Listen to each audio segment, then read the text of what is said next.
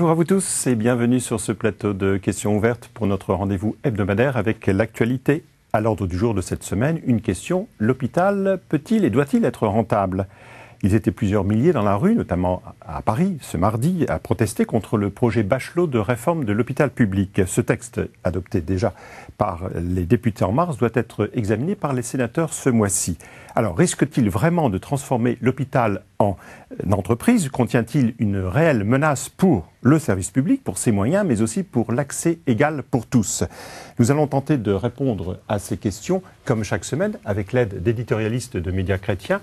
Et j'ai le plaisir d'accueillir sur ce plateau aujourd'hui Guillaume Goubert, bonjour. Bonjour Denis. Vous êtes rédacteur en chef au quotidien La Croix.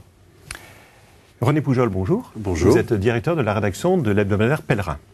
Alors, avant de vous donner la parole, je vous propose ce petit rappel de l'actualité en images. Nous aurons également l'occasion d'entendre le docteur Galichon, qui est médecin urgentiste à l'hôpital Lariboisière à Paris. Et ce sujet a été réalisé par Violaine Molinaro. On le regarde. Mardi 28 avril, entre 8 000 et 20 000 médecins et personnels hospitaliers battaient les pavés dans les rues de la capitale pour dénoncer le projet de la loi Bachelot. Leur principale crainte, la marchandisation des soins. Quand on vous demande de faire un équilibre financier, qu'aujourd'hui on tarifie les pathologies, il y a des pathologies qui rapportent plus que d'autres.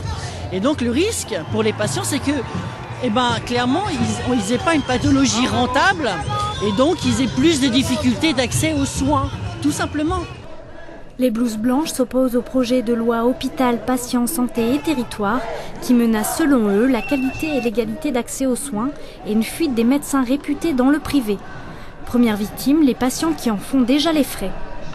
Ça commence à l'être, notamment dans certaines régions où on ne trouve pas tout à l'hôpital public et certains types d'opérations ne se font que dans le privé avec des passements d'honoraires, et ce qui pose un problème d'accès aux soins pour des patients qui ne peuvent pas payer. Les syndicats craignent à la fermeture des hôpitaux de proximité et appellent à une répartition harmonieuse sur tout le territoire. Les patients dans tout ça, s'ils ont les moyens, s'ils ont le permis de conduire, ils pourront peut-être aller se faire soigner. On leur propose des navettes, mais bon, je pense que les patients dans tout ça, ils pourront pas se soigner. Bertrand Galichon, président du Centre catholique des médecins français, dénonce la gestion comptable et financière que propose la réforme. Je considère, moi, en tant que chrétien, qu'il faille que le service public continue à exister aux côtés du privé, mais continue à remplir totalement sa fonction, justement devant les problèmes de précarisation de la population, de paupérisation, de vieillissement de la population. Et donc là, il y a tout un pan de demande importante de soins, de prise en charge, qui ne peut pas être obligatoirement prise en charge par le privé. Aujourd'hui, les médecins et personnels hospitaliers demandent l'organisation d'urgence d'états généraux de l'hôpital public. Alors, vous allez m'aider à éclairer cette situation qui est peut-être un peu complexe. Tout d'abord, cette première question, qui proteste, Guillaume Goubert ? Parce qu'on voit beaucoup de personnel de santé dans la rue, on voit bien entendu des infirmières, des médecins. On dit aussi que ce sont des mandarins qui ne sont pas contents du sort qui leur est réservé. Apparemment, effectivement, il y a beaucoup de monde. Ça représente toute la chaîne sociale de l'hôpital, depuis les personnels de base jusqu'à effectivement de grands patrons qui sont. Et on est un petit peu étonné de voir leurs intérêts ainsi se rapprocher. Ça paraît un petit peu fourre-tout parce que certains d'entre eux manifestent parmi les mandarins dont vous parlez, plutôt pour la défense de leurs privilèges, alors que d'autres sont plutôt à l'extrême gauche. C'est assez curieux. Est-ce qu'il y a un risque de confusion sur en effet le niveau et la diversité des revendications, René Poujol ? Confusion, je ne sais pas. Je crois qu'effectivement, on est là dans une problématique qui est horriblement complexe. Vous me disiez tout à l'heure, vous allez aider à éclairer. Je ne sais pas si on va éclairer. Parce qu'il faut bien voir que, touchant l'hôpital, on touche à des choses essentielles, qui sont la santé. Derrière la santé, c'est rien moins que la vie et la mort. Et on ne peut pas contester que les gens soient extrêmement sensibles à ça. Derrière la santé, il y a des personnels, il y a des gens qui sont très engagés, qui sont engagés professionnellement, mais qui sont engagés, on l'a bien vu avec le médecin catholique, qui sont engagés au niveau des valeurs qui sont les leurs. Et derrière, je ne sais pas s'il y a une exigence de rentabilité, on va en parler, mais il y a de toute évidence la nécessité pour une société, pour toute société, d'essayer d'équilibrer les recettes et les dépenses, parce que, bien évidemment, une société ne peut pas consacrer tout l'argent qui serait nécessaire aux besoins de santé, qui par définition sont des besoins absolument illimités. Alors je crois que c'est pas un hasard si à la fois des grands professeurs dont on peut penser qu'ils se sentent menacés peut-être un petit peu dans le pouvoir qu'ils peuvent avoir, mais il n'y a pas que ça, il y a aussi des médecins, il y a aussi des soignants, il y a aussi, on en a moins parlé, mais il y a aussi des maires qui sont inquiets. Vous parliez tout à l'heure, ou on parlait dans le reportage des hôpitaux de proximité, toute la problématique des petits hôpitaux de proximité. Donc je crois qu'il y a effectivement des convergences d'intérêts. Est-ce que ça suffit pour souder une opposition? Je ne sais pas, mais en tout cas, je crois qu'il faut en tenir compte. Alors, je vous propose qu'on s'arrête sur un des premiers points qui a constitué apparemment un petit peu, en quelque sorte, le chiffon rouge, c'est savoir qui dirige dans l'hôpital. Alors donc, les revendications visent à dire, ça ne doit pas être un administrateur, ça ne doit pas être un technocrate, ça doit rester un médecin. Et le reproche principal qu'ils font à ce projet, c'est celui-ci. Est-ce que ce reproche est vérifié aujourd'hui? C'est-à-dire qu'apparemment, il y a un problème de gestion dans les hôpitaux qui actuellement est géré sur un mode très consensuel entre un directeur, entre guillemets, administratif et des représentants de la communauté des médecins. La réforme vise à donner le pouvoir de trancher au directeur, ce qu'il n'a pas vraiment jusqu'à maintenant. Moi, il me semble que dans des structures aussi importantes que les hôpitaux, qui représentent des intérêts très très difficiles à faire coïncider, il est bon qu'il y ait quelqu'un qui puisse trancher in fine, en dernier ressort, comme dans tout système. Je veux dire, c'est pas propre aux entreprises privées, c'est propre à toute organisation un peu complexe. Il y a un besoin de commandement. Et le fait que la réforme donne un pouvoir final de décision à quelqu'un, moi ça me paraît plutôt une bonne chose. René, vous partagez l'avis de Guillaume? Je crois qu'effectivement, dans les sociétés complexes dans lesquelles nous sommes, il faut qu'il y ait quelqu'un qui ait la responsabilité finale. Cela dit, il n'est pas interdit d'être intelligent, même quand on est directeur d'hôpital. Et je crois que si on veut créer une forme de consensus, je ne dis pas qu'il n'y a pas des moments où il faudra trancher d'une manière un peu forte. Mais je crois qu'on peut aussi essayer de diriger par consensus, et que si on veut créer un consensus, la manière la plus intelligente, c'est d'associer peut-être à des décisions les représentants des médecins, les représentants du personnel soignant. Donc je crois qu'il n'y a pas forcément contradiction. J'ai été d'ailleurs agréablement surpris, enfin je ne sais pas si c'est agréablement, d'entendre l'autre jour Claude Évin, ancien ministre socialiste de la Santé et président de la Fédération hospitalière de France, dire que par rapport à la loi Bachelot, il trouvait qu'il y avait un fond de la loi à laquelle il adhérait lui personnellement. Donc je crois que le clivage n'est plus droite-gauche, mais qu'il y a des moments où c'est tout simplement la rationalité, la saine gestion. Il disait en revanche qu'il y avait des points sur lesquels cette loi pouvait être améliorée et qu'il le souhaitait. Alors, par le biais de ce point sur qui dirige un hôpital, on voit de se profiler la notion de rentabilité. Alors, en effet, est-ce que c'est un procès d'intention qu'on fait au projet de loi gouvernementale, ou est-ce qu'il y a véritablement des menaces que le service public ne soit pas rendu parfaitement au nom de cette rentabilité, Guillaume? Non, je crois pas qu'on puisse parler de rentabilité, d'impératif de rentabilité. Je crois pas, sincèrement, que le projet de loi aille dans ce sens. En revanche, il y a un impératif de contrôle des coûts.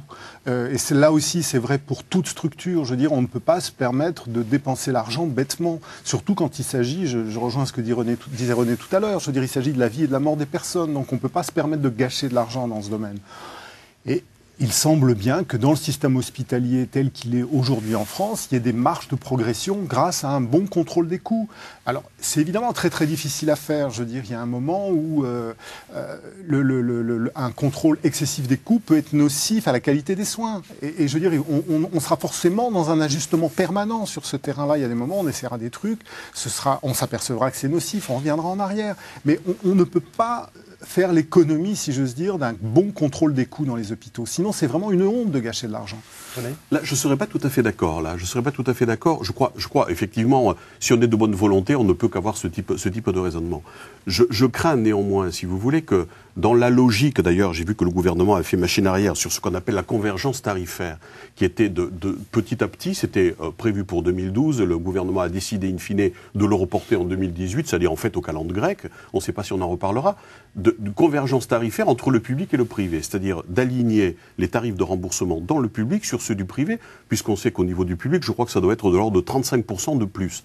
Ce que font valoir les gens du public, je ne dis pas qu'ils ont raison à 100%, mais je crois que c'est un argument qui doit être entendu. C'est que dans le mode de fonctionnement des hôpitaux aujourd'hui, où les subventions qui viennent à l'hôpital sont des subventions à l'acte, il y a des actes qui rapportent de l'argent, parce qu'ils sont bien cadrés, bien tarifés. Si vous voulez faire une opération de la cataracte, on sait très bien que ça rapporte tant d'argent. Et puis vous avez une charge au niveau du service public qu'on n'a pas assumé finalement le privé, et qui est tous ces braves gens qui, au nom du droit à la santé, se pointent à l'hôpital, qui parfois sont assurés ou sont pas assurés, mais qu'il faut bien soigner. Ou alors on considère et on décide que dans ce pays, les pauvres se font pas soigner. Les urgences, c'est quand même l'hôpital public qui doit assurer les urgences. S'il y a une épidémie, c'est quand même l'hôpital public qui doit l'assumer. Et donc tout ça justifie la présence de personnel qui fait que le statut du public ne sera jamais exactement le statut du privé. Alors, est-ce qu'il faut pousser des cris d'orfraie et dire derrière tout ça, il y a la volonté de supprimer le service public ? Je ne pense pas qu'il faille aller jusque-là, mais en période de rapport de force, il n'est jamais interdit de pousser un petit coup de gueule pour essayer de faire prévaloir ses idées. Vous partagez un petit peu ces remarques, Guillaume, ou pas ? C'est-à-dire que c'est difficile, effectivement, ça me paraît difficile d'aligner les tarifs du public sur les tarifs du privé. De fait, les contraintes ne sont pas les mêmes, les statuts des personnels ne sont pas les mêmes, etc. Enfin bon, je veux dire, c'est très très différent. Mais en même temps, je le redis, il semblerait que actuellement les blocs opératoires en France soit utilisé en moyenne à peu près à 50% de ce qu'il pourrait être utilisé. Pas rentabilisé, c'est là on peut le dire. Mais c'est pas un problème de rentabilité, c'est un problème de dépense. Je veux dire, il ne s'agit pas de faire du bénéfice. Si on entend par rentabilité, bénéfice, il ne s'agit pas de faire du bénéfice, il s'agit d'utiliser les équipements le plus possible. Alors, actuellement, il y a des équipements qui sont sous-utilisés parce que l'hôpital est mal organisé, parce que tel médecin préfère faire autre chose dans la vie et pas toujours s'occuper des plus pauvres. Ça peut être aussi de se livrer à des loisirs agréables.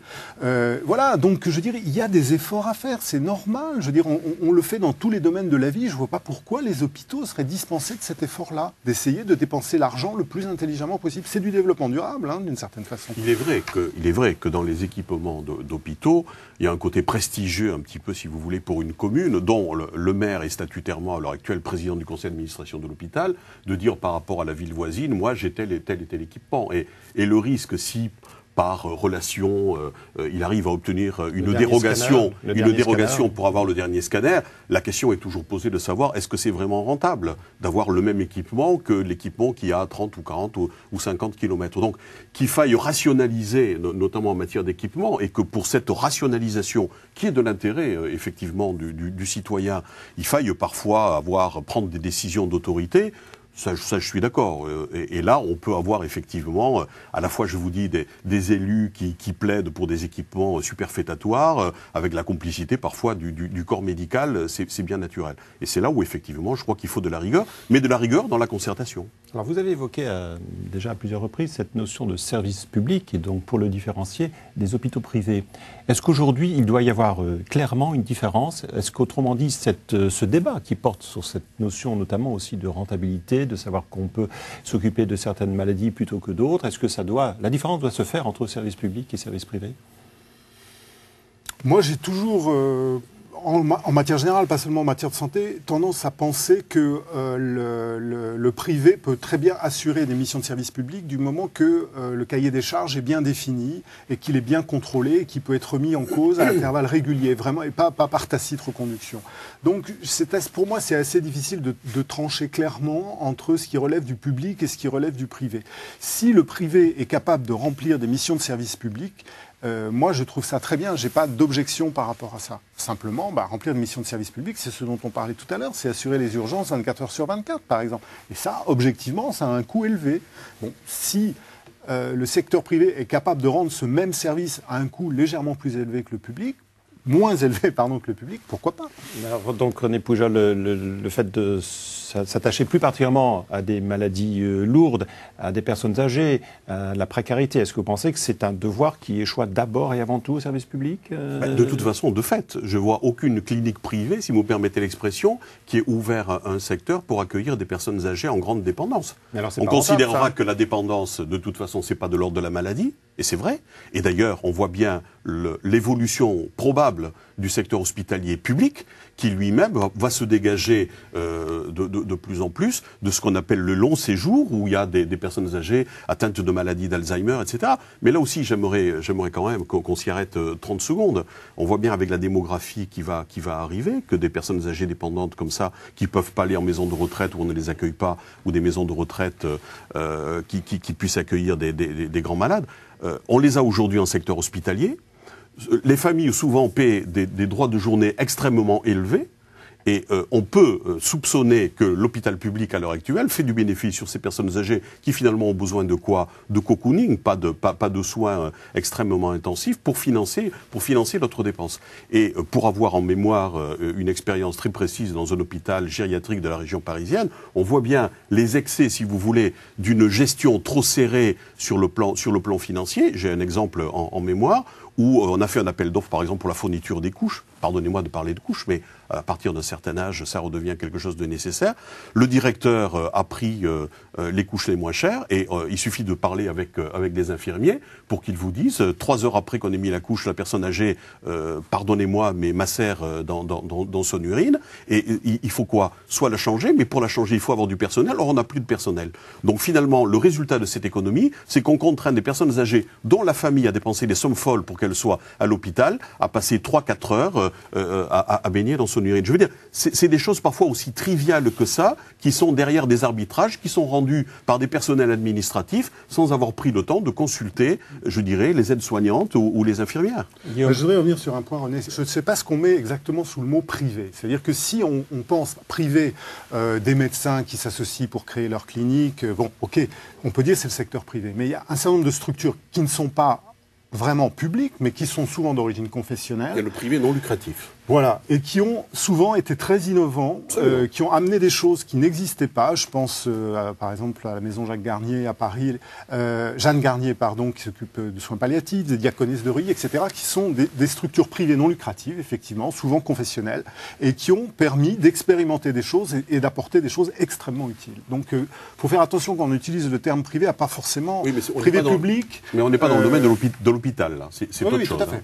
Alors, est-ce qu'il s'agit de bien tracer la frontière en ce qui relève d'une part d'une bonne gestion, d'une efficacité dans la gestion d'un hôpital, et ce qui relève plutôt d'une préoccupation avant tout de rentabilité, parce que ce n'est en effet pas la même chose, Guillaume et René.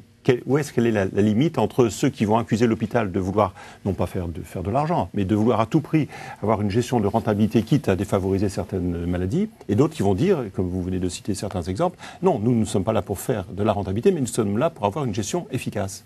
Mais pour moi, la réponse, c'est que l'adaptation, elle doit être permanente. J'espère que le directeur d'hôpital en question, on sera venu lui expliquer, on lui aura dit, tu as fait une connerie, excusez-moi d'être grossier, mais la prochaine fois, prends pas ce modèle-là, prends quelque chose d'autre. Je veux dire, l'ajustement, il doit se faire tout le temps. Je veux dire, c'est ça un petit peu le problème des réformes législatives, c'est que ça donne un côté très solennel, comme si on allait tourner une page définitivement, qu'on ne pourrait plus jamais revenir en arrière, etc. Mais je veux dire, beaucoup de choses se situent dans l'application et dans l'esprit dans lequel ça va être appliqué. Si les choses sont appliquées avec souplesse, avec un peu d'intelligence, de capacité d'adaptation, de pragmatisme, à mon avis, on la trouvera relativement facilement, peut-être pas du premier coup, à tout coup, mais on trouvera le bon équilibre entre une bonne économie et puis effectivement des décisions qui sont anti-économiques et antisociales en même temps. Un autre point qui est toujours présent dans ce genre de contestation et de conflit, on le sait bien en France, c'est celui qui relève des personnels, du nombre de personnes. On le sait, on le connaît pour l'éducation, pour d'autres services publics. Là, c'est aussi un point qui est au cœur des revendications. Est-ce qu'il y a bel et bien un conflit entre ceux qui pensent qu'il faut faire des diminutions de personnel, d'autres qui disent, comme la ministre, Madame Bachelot, non, nous avons créé des postes, donc c'est un faux procès qu'on nous fait. Est-ce qu'il y a véritablement un contentieux sur cette question-là, René Poujol ? Je crois que de toute évidence, il y a un contentieux, mais je me garderai bien de dire qui a raison et qui a tort. D'abord, selon les structures et selon les lieux, l'arbitrage serait pas le même. Je crois que la tentation a été forte, effectivement. On continue à payer quand même les 35 heures dans le milieu hospitalier. Alors, on n'est pas là pour revenir sur les 35 heures. Il n'empêche que ça a eu des conséquences tout à fait terribles sur le plan du personnel parce que les moyens n'ont pas suivi. Je crois qu'il y a des endroits où il manque effectivement du personnel. C'est de fait. Mais je ne voudrais pas que les auditeurs qui nous écouteront ou les téléspectateurs qui nous écouteront et qui ont des proches ou qui eux-mêmes sont dans le secteur hospitalier prennent mal ce que je vais dire. Mais pour avoir quand même pas mal tournicoté ici ou là dans des hôpitaux, j'ai quand même un sentiment global, si vous voulez. C'est que le personnel hospitalier, le personnel aujourd'hui dans les hôpitaux sont des gens qui ne sont pas heureux. Ils sont passionnés par leur boulot, mais ils sont malheureux. À cause des charges de travail ? À cause des charges de travail, parce qu'ils ont l'impression d'être méprisés. Et moi, mon sentiment, c'est que l'encadrement ne fait pas son boulot. Alors j'entends que vous allez peut-être avoir du courrier. Je crois que l'encadrement ne fait pas son boulot, parce que l'encadrement, par peur des syndicats et des réactions syndicales, préfère ne pas emmerder le personnel. Et donc je crois que l'un des problèmes, me semble-t-il, à l'hôpital à l'heure actuelle, c'est que par incapacité de l'ensemble du collectif de mobiliser le personnel autour d'un vrai projet, de les écouter, de prendre en compte, on préfère ne pas voir les choses, fermer les yeux, et du coup, il y a des dysfonctionnements. Moi, je suis persuadé que si on arrivait dans les hôpitaux à remobiliser le personnel, qui sont des gens qui ne demandent que ça, avec un peu de considération, on gagnerait les 10% de crédits qui sont nécessaires à l'hôpital. Rapidement, Guillaume, on dit toujours il y a trop de fonctionnaires, mais quand il s'agit de parler des infirmières, les Français pensent qu'il n'y a jamais assez d'infirmières. Oui, bien sûr, et pareil de même pour les professeurs. Donc, là aussi, je pense qu'il y a beaucoup de problèmes de répartition. Comme dit René, le problème se pose sans doute beaucoup selon les lieux. Et je veux dire, globalement, je pense que le nombre de personnes employées dans la santé en France augmente beaucoup. Simplement, il y a des endroits où il y en a trop. Et quand on supprime des emplois à ces endroits-là, c'est évidemment extrêmement douloureux. Mais globalement, je crois que quand même le nombre de personnes employées par les professions de santé en France est plutôt en augmentation qu'en diminution. Il est temps de passer à notre rubrique à la une.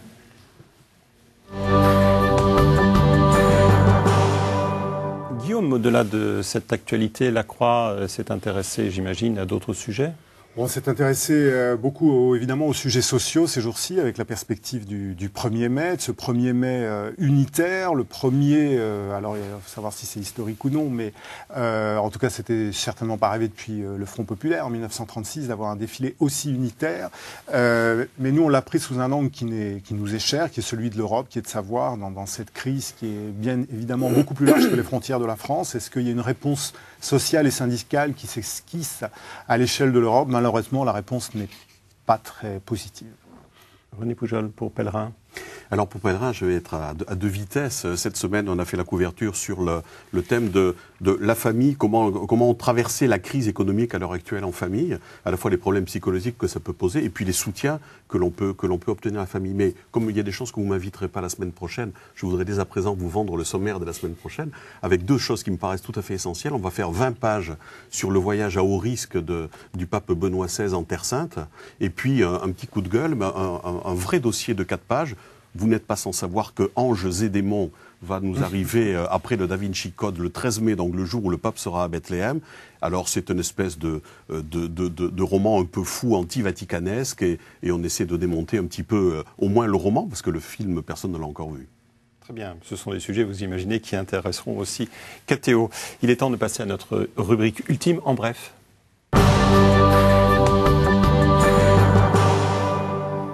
Benoît XVI a visité mardi dernier la région des Abruzzes, en Italie. Vous le savez, qui a été ravagée par un tremblement de terre le 6 avril dernier. Le pape a notamment rencontré des rescapés dans un village de Tente. Il a appelé à un sérieux examen de conscience afin de déterminer d'éventuelles responsabilités, et il a souligné l'importance de la solidarité. Alors, par ailleurs, je voudrais vous signaler 2 référendums qui m'ont paru intéressants. D'une part, celui qui s'est tenu dimanche dernier à Berlin. Les habitants ont répondu non à la proposition de revaloriser les cours de religion dans les écoles, qui resteront donc un choix, malgré tout, mais un choix en option toujours. Seul, à noter qu'un Berlinois sur 4 a pris part au vote, ce qui a montré donc peut-être le peu d'intérêt pour ce genre de consultation. Un autre référendum aussi, celui-là intéressant, celui qui s'est tenu à Saint-Chamond, dans la Loire, en France. Le maire avait demandé à ses concitoyens s'ils étaient d'accord pour la poursuite des travaux de réhabilitation de l'église Notre-Dame. Alors, ils ont répondu oui à 80%, mais là aussi, on constate qu'ils n'ont été qu'un bon quart des inscrits à voter. Cette église du 19e siècle, qui est en calcaire tendre et friable, a déjà coûté plus de 3 3 millions d'euros en travaux ces 12 dernières années. Alors c'est la question du patrimoine aussi à préserver, René Poujol, sur ce référendum des églises. Oui, on sait que c'est un gros problème pour les années qui viennent, parce que est-ce que des municipalités, est-ce que des communes vont pouvoir entretenir un patrimoine qui ne sert plus pour le culte, pour les raisons que l'on devine? C'est un vrai sujet. Est-ce qu'il faut préserver tout le patrimoine, notamment ces églises du 19e siècle? Là aussi, c'est un grand débat, mais c'est bien qu'il soit ouvert. Très bien, notre émission s'achève. Vous pourrez la revoir, vous pouvez aussi réagir en allant sur notre site www.ktotv.com. Il me reste à remercier nos 2 invités d'avoir participé à cette émission. Quant à moi, je vous souhaite un très bon et très long week-end du 1er mai à dimanche. Je vous souhaite donc une très bonne fin de semaine et je vous dis rendez-vous à la semaine prochaine. Au revoir.